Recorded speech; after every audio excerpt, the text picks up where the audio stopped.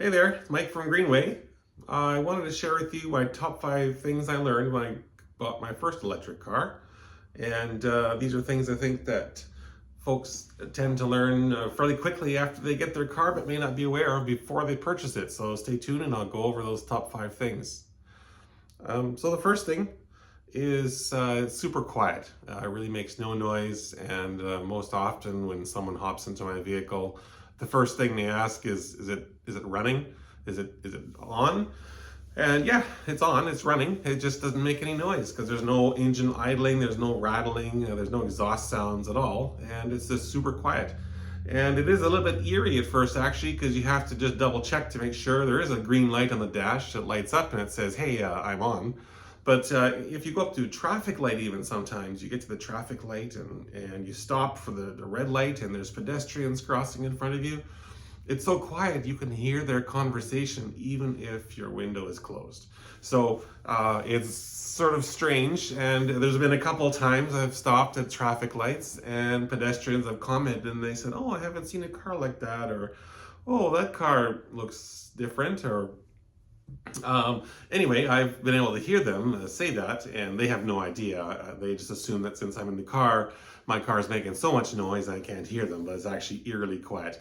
The little downside to that, I guess, is sometimes in the parking lots, if you're creeping up behind someone, they're pushing a shopping cart or something, and the wheels are rattly, they really have no idea you're behind them. So you just got to be super cautious with that. Just be aware that folks just cannot hear you. Although some of the vehicles will make a little noise coming out of a speaker to warn pedestrians. So that's the first thing. The second thing I learned when I bought a car, electric cars, I didn't get to know the service advisor at my dealership. And what do I mean by that? Well, when I used to own my other car, I took it in for regular oil changes, regular maintenance. I got to know the person. I got to trust them. I said, hey, and even if someone asked me for a reference, then they said, hey, where do you get your car serviced? I'd say, oh, it's over here. And talk to Joe or Frank. He's the best. He's a really good service advisor. And I think of my electric cars I've had now since 2013. I have no idea what the service advisor's name is because I've never taken my car in for service. There's never been a problem. I mean, electric cars, there's no oil changes required, there's no spark plugs, there's no timing belts, there's no radiator flushes, no timing or transmission flushes. You never get problems with the exhaust or the catalytic converter or the torque lockup converter, anything like that. It's a very simple vehicle. There's only one part that's moving in the engine and in the motor. It just connects to your differential. There's no transmission, and it hooks up to your wheels. So it just propels you along. So super simple, no maintenance required, and you will not have a first name basis relationship with your service advisor at your dealership nearby. So you might miss that person. You might send them a greeting card on their birthday or something, but you won't know your new service advisor when you get an electric car. The third thing I learned when I bought my first electric car is it drives just like a car, which may sound strange, and that's when I've given people test drives in my car, they say, oh, in the first few blocks, they say, this feels like just a regular car. You just press the accelerator when you want to go forward, you press the brake when you want to stop, you can put it in reverse, you've got a backup camera, and it feels just like a regular car. It just goes in its normal way, and it does have a lot of acceleration as well for a little car. Often they do surprise people with how fast they are. But yeah, it just drives like a car. It's not anything unusual, not anything different. The thing that you miss, though, is that engine noise. Well, you don't miss it, but you notice it's missing. So yeah, they just drive like a car. It's nothing really spectacular, unusual with how they ride. The next thing that I learned when I got an electric car is that range anxiety is overrated. So what do I mean by that? Well, range anxiety, you may have heard of it, that's the perception that you're going to run out of juice, run out of power, run out of battery power. Your battery's going to go flat and wear out before you get to your destination. And for most of us, we are doing regular routine drives. Every Monday to Friday, we drive to work, and then we drive home. And every Saturday, we go to grandma's house. And maybe once a week we go to the soccer practice, or we go to a friend's house. And all of those rides and drives get quite repetitive and quite routine. So once you've done them 5, 10, 20 times, you've owned the car for a week or two, you start to realize, oh, I really don't need to worry about getting there or not getting there. I know I'm going to get there because it got me there yesterday, and it's going to get me there today, and I'm sure it'll get me there tomorrow. So range anxiety is really overrated for your day-to-day driving. Now, if you were going to be doing some unexpected driving or some very long distance driving unexpectedly, that might cause a bit of anxiety. But I would say for your regular day-to-day activities, range anxiety is overrated. You're just not going to feel it at all as you're driving your car. And that brings me to my last thing, item number 5.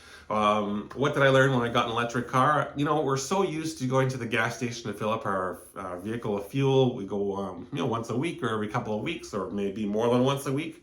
And we're just used to stopping as part of our regular routine to stop at the gas station, fill it up, and then come home.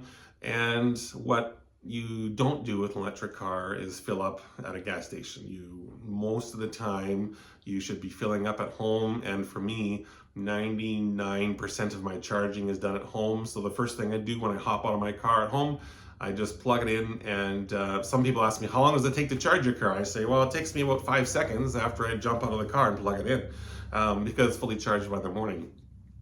I don't need to worry about it if it takes 2 hours or 3 hours or 4 hours or whatever it is. It's fully charged for me in the morning. And that's what I always do. I always charge it every night.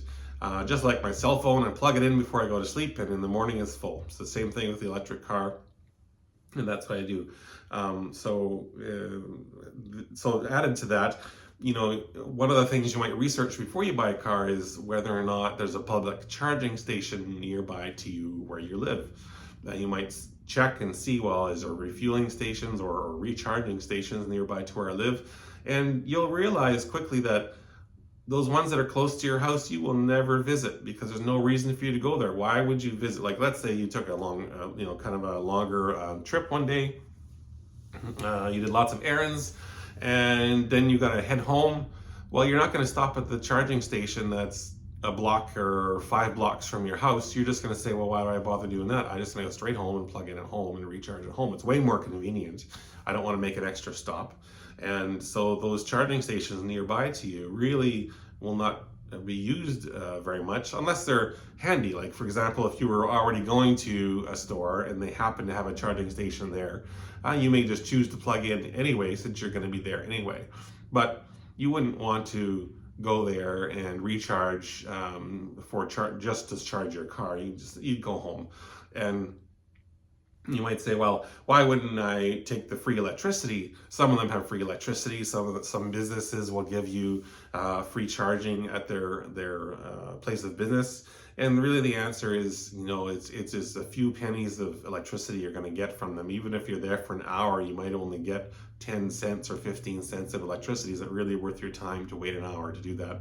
Probably not. You might as well just go home, and it's going to cost you, a few cents at home in your electricity, and it's really not going to add to your bottom line. So those are the top 5 things I learned when I first got an electric car. And please, if you have an electric car, I'd be interested to hear what are the top few things you learned after you got your car.